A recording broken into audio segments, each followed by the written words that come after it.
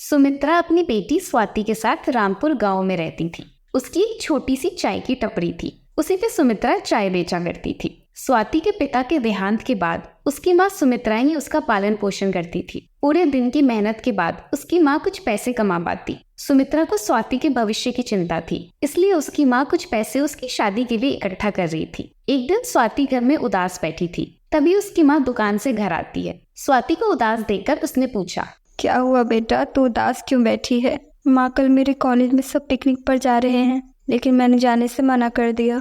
लेकिन तुमने क्यों मना कर दिया? तुम्हारी खेलने कूदने की उम्र है, अभी नहीं घूमोगी तो कब घूमोगी? लेकिन माँ, जाने के पैसे लग रहे हैं और हमारे पास इतने पैसे भी तो नहीं है। तू पैसे की चिंता मत कर, बस जाने की तैयारी कर, मैं तुझे पैसे दे दूंगी। स्वाति अपनी माँ की बात मानकर जाने के लिए तैयार हो गई। स्वाति को जाने के लिए बोल तो दिया, लेकिन पैसे कहाँ से आएंगे? एक काम करती हूँ, जो उसकी शादी के लिए पैसे इकट्ठा किए हैं उसी में से दे देती हूँ। बेटी को जाने से रोक भी तो नहीं सकती। यही सब सोचकर वो अपनी बेटी को पैसे दे देती है। स्वाति भी पिकनिक पर चली जाती है। उसे पता था उसकी माँ ने बहुत मुश्किल से उसे घूमने के लिए पैसे दिए हैं, इसलिए वो कुछ पैसे बचाकर वापस ले आती है और अपनी माँ के हाथों में दे देती है। अब स्वाति की समझदारी देखकर उसकी माँ बहुत खुश हुई। इसी तरह समय बीतने लगा। एक दिन सुमित्रा को उसके जेठ की बेटी खुशबू की शादी में आने का आमंत्रण मिलता है। वो लोग बहुत अमीर थे। उनका पूरा परिवार शहर में रहता था। बचपन से ही अमीरी में रहने के कारण खुशबू ने कभी गरीबी नहीं देखी थी। स्वाति के पिता के देहांत के बाद ही उसका पूरा परिवार गांव छोड़कर शहर चला गया। लेकिन सुमित्रा के जेठ अपनी इकलौती बेटी की शादी गांव से ही करना चाहते थे।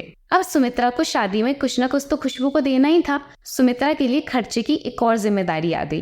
अब शादी भी नजदीक है, ऐसे में खुशबू के लिए खरीदारी जल्दी शुरू करनी पड़ेगी। इसलिए वो अपनी बेटी स्वाति को बोलती है, बेटा स्वाति, तुझे भी कुछ लेना है क्या?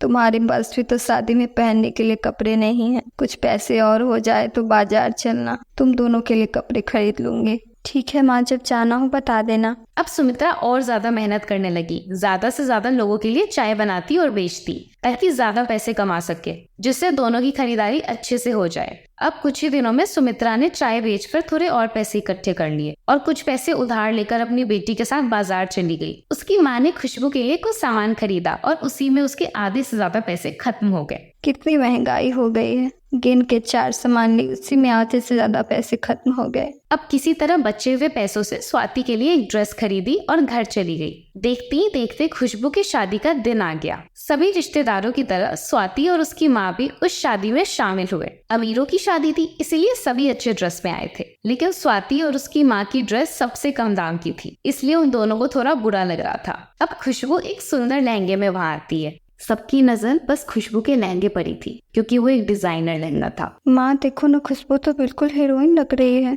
स्वाति मनी मन सोचती है, काश ऐसे डिजाइनर लहंगे मैं भी अपनी शादी में पहन पाती। हाँ सच में खुशबू तो बहुत प्यारी लग रही है। भाई साहब ने लहंगे पर बहुत खर्च किया है। हाँ, ये डिजाइनर लहंगा है, बहुत महंगा होता है। जब स्वाति को खुशबू से बात करने का मौका मिला तो उसने बोला, बहुत खूबसूरत लग रही हो। कितने में लिया ये डिजाइनर लहंगा? तुम क्या करोगी जानकर? पूरा घर भी बेच दोगी तब भी ऐसा लहंगा नहीं खरीद सकती। पूरे 1 लाख का है। लहंगे की कीमत सुनकर स्वाति शॉक हो गई।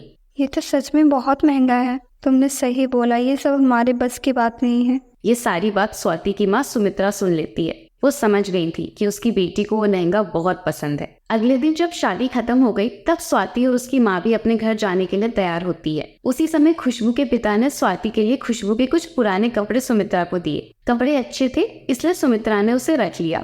साथ ही अपने जेठ से बोली, भाई साहब, स्वाति के लिए कोई रिश्ता होगा तो बताइएगा। इस साल इसके भी हाथ पीले करने हैं। मैं कुछ लोगों से बात करके तुम्हारे पास भेजूंगा, तुम चिंता मत करो। इतना बोलकर दोनों घर चली आती है। घर आते ही स्वाति अपनी माँ से पूछती है, आपने इतने जल्दी बड़े पापा से मेरी शादी के बाद क्यों की? अरे वो बड़े लोग हैं, उनकी बहुत जान पहचान होगी। खुशबू की शादी हो गई तो तुम्हारी भी तो हो जाएगी। और मेरे लिए ये सब तैयारी एक दिन की बात नहीं है। एक एक चीज जोड़ने में समय लगता है। ठीक है माँ, आपको जो सही लगे वो करो। चलो तुम खाना बना लो, मैं दुकान जा रही हूँ। इतना बोलकर सुमित्रा अपने चाय की दुकान पर चली गई। इसी तरह समय बीतने लगा। कुछ समय बाद स्वाति के लिए एक रिश्ता आया। स्वाति के घर ज्यादा तो कुछ नहीं था, इसलिए सभी मेहमानों को चाय और थोड़ा बहुत खाने को मिला। माफ कीजिएगा बहन जी, पहले पता नहीं था कि आप लोग आने वाले हैं। घर में भी ज़्यादा कुछ नहीं था, इसलिए ज़्यादा अच्छे से आप लोगों का स्वागत नहीं कर पाई। कोई बात नहीं सुमित्रा, मुझे आपके घर की हालत के बारे में पता है। आपने जितना किया सब ठीक है। बहन जी, आपको मेरी बेटी स्वाति कैसी लगी? मुझे स्वाति बहुत पसंद है। गुणी है, संस्कारी है, ये तो बहुत खुशी की बात है। लेन देन की बात भी कर लेते तो मेरी टेंशन कम हो जाती। आपको जो भी देना होगा अपनी बेटी को दे दीजिएगा। हमें सिर्फ बहू चाहिए, हम बिना दहेज के ही शादी करेंगे। ये सुनकर सुमित्रा के खुशी का ठिकाना नहीं रहा।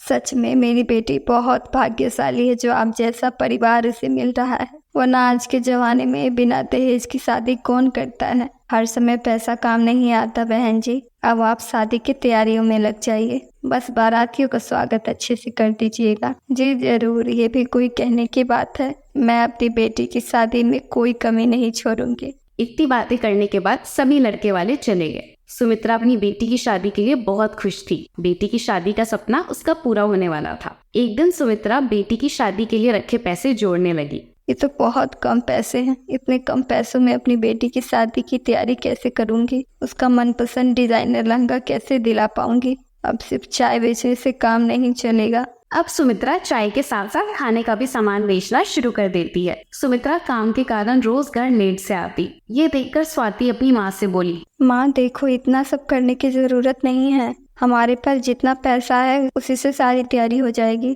इतना परेशान क्यों होना? वैसे भी आपने मेरे लिए बहुत किया है। अरे तू नहीं समझेगी बेटा, तेरे ससुराल वाले बहुत अच्छे हैं, शादी में एक भी पैसा नहीं ले रहे हैं। तो मेरी भी तो जिम्मेदारी बनती है कि शादी में कोई कमी ना रखूं। इसलिए तो टेंशन ना ले, धीरे धीरे पैसे जमा करके सारी तैयारी अच्छे से कर लूंगी। धीरे धीरे समय बीतने लगा। शादी का समय भी नजदीक आ रहा था, इसलिए सुमित्रा ने भी एक एक पैसा जोड़ना शुरू कर दिया था। उसी पैसों से सुमित्रा ने शादी की लगभग सारी तैयारी कर ली। अब सुमित्रा को याद आया, मैंने तो सबसे ज्यादा जरूरी काम अभी तक किया ही नहीं। मैंने मेरी बेटी की शादी के लिए डिजाइनर लहंगा नहीं लिया। इतने कम पैसों में कैसे होगा?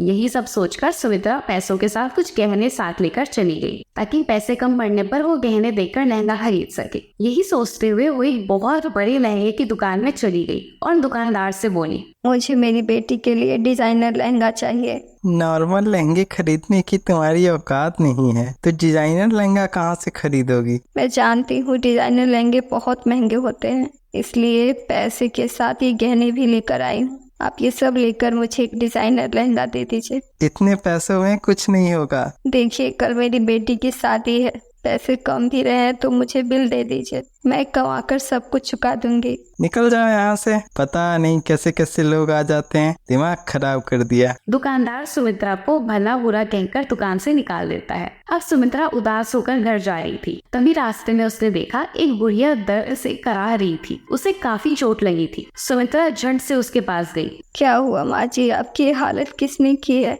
चलिए, हॉस्पिटल पास में ही है। बेटी, ये पोटली जरा संभाल कर रखना, जरूरी सामान है। सुमित्रा उस पोटली को अपने पास रख लेती है और किसी तरह उस बुढ़िया को हॉस्पिटल पहुंचा देती है। लहंगे के लिए जो पैसे लेकर आई थी उससे उसका इलाज करवा देती है। पूरी तरह ठीक हो जाने के बाद वो बूढ़ी औरत सुमित्रा को आशीर्वाद देती है। बेटी, आज तूने मेरी जान बचा ली, वरना मैं मर जाती। मैं तुम्हारा ये एहसान कभी नहीं भूलूंगी। माँ जी, ये तो मेरा फर्ज था। ये लीजिए आपकी पोटली, ये तुम अपने पास रख लो, ये मेरी तरफ से इनाम है। सुमित्रा भी बिना देखे वो पोटली अपने पास रख लेती है। घर जाकर जब उसने पोटली खोली तो उसमें बहुत सारे सोने से बने गहने और पैसे रखे थे। सुमित्रा यह देखकर चौंक गई, साथ में खुश भी हुई और ईश्वर को धन्यवाद भी दिया। मुझे इन पैसों की बहुत जरूरत थी। उसने उसी पैसों से स्वाति के लिए एक डिजाइनर लहंगा खरीद दिया। स्वाति भी ये सब देखकर बहुत खुश हुई और शादी के दिन अपना वो डिजाइनर लहंगा भी पहना। लहंगे में वो बहुत खूबसूरत लग रही थी। अपनी बेटी को इस लहंगे में खुश देखकर सुमित्रा भी बहुत खुश थी। स्वाति की शादी भी धूमधाम से संपन्न हो गई और बाकी बचे पैसों से सुमित्रा ने होटल खोल लिया और सुखी से रहने लगी। अगर आपको वीडियो अच्छा लगा तो वीडियो को लाइक करें और चैनल को सब्सक्राइब कर दें।